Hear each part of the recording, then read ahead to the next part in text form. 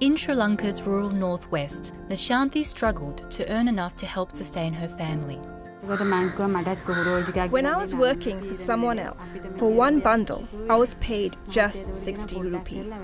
I said to my husband, I'm tired of doing this. Bring some koya for me and I will comb at home.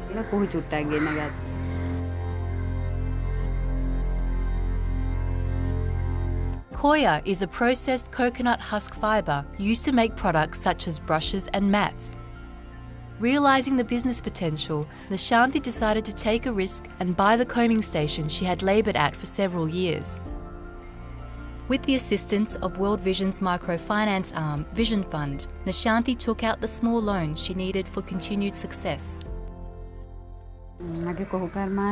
By this time, my combing business had increased and I had lots of people working for me.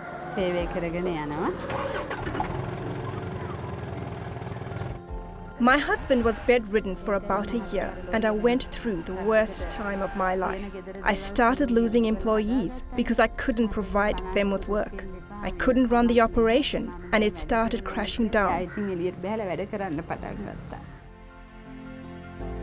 With income falling and leases to pay on vehicles, Nishanthi was forced to give up the lorries and sell business assets.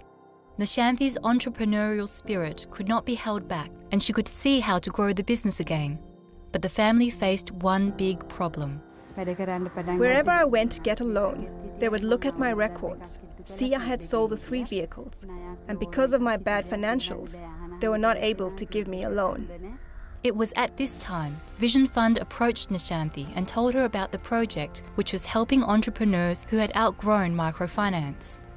This innovative programming approach specifically targets small and growing businesses that have outgrown microfinance and which traditional banks won't lend to due to geographical remoteness, lack of collateral or poor financial record keeping.